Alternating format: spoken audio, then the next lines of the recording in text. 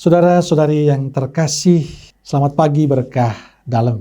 Sudah kita memberi senyum hari ini, Sabtu 21 Agustus 2021, Pesta Santo Pius X, Paus.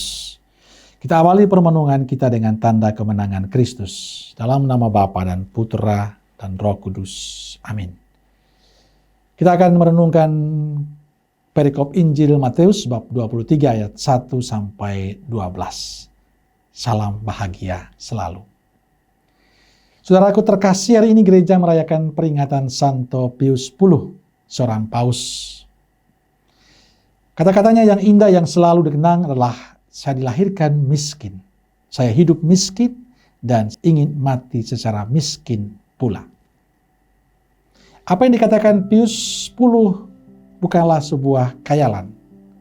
Dia mengatakan dan juga dia hidup di dalam tugasnya sebagai imam, uskup, dan akhirnya menjadi paus. Yang dikatakan dan cara hidupnya sesuai. Inilah yang menjadi poin penting bagi kita. Apa yang dikatakan sesuai dengan tindakannya. Saudara terkasih, yang dikatakan Paus Pius X juga ditegaskan Yesus dalam Injil hari ini. Yesus menasihati murid-muridnya. Ahli-ahli Taurat dan orang-orang Farisi telah menduduki kursi Musa. Sebab itu turutilah dan lakukanlah segala sesuatu yang mereka ajarkan kepadamu. Tetapi janganlah kalian turuti perbuatan mereka, karena mereka mengajarkan tetapi tidak melakukan. Lewat nasihat ini Yesus ingin menegaskan pada para murid dan juga Anda dan saya, kita semua, kesesuaian antara perkataan dan perbuatan, antara yang diucapkan dan yang dilakukan.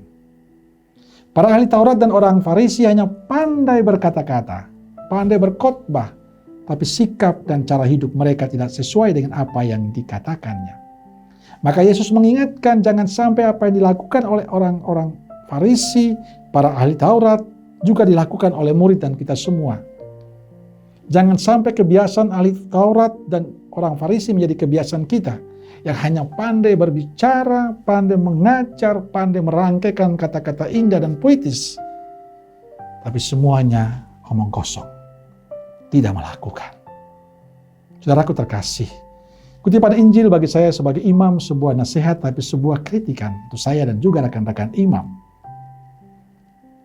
Saya diingatkan agar apa yang saya katakan tidak hanya kata-kata indah, syair-syair indah, tapi sesuatu yang saya hidupi dalam kehidupan saya sebagai imam. Saya ingat seorang imam tua yang sangat saya hormati.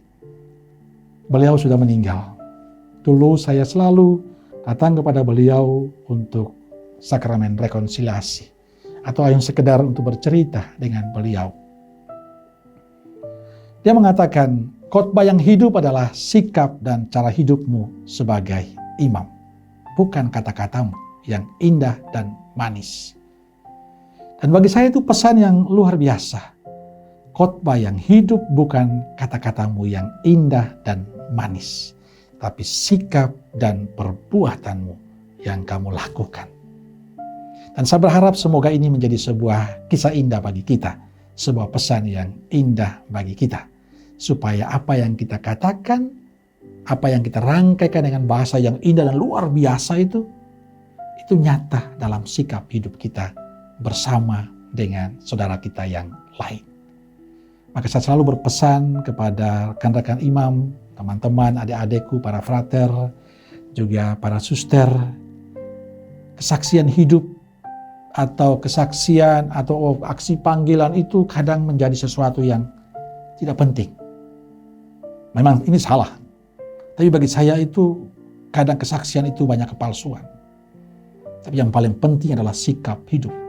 Karena itulah yang kita alami, dirasakan oleh umat setiap saat. Maka kesaksian hidup menjadi sesuatu yang penting dalam kehidupan ini. Ngomong doang gak ada arti. Kamu berbusa-busa pun gak ada arti.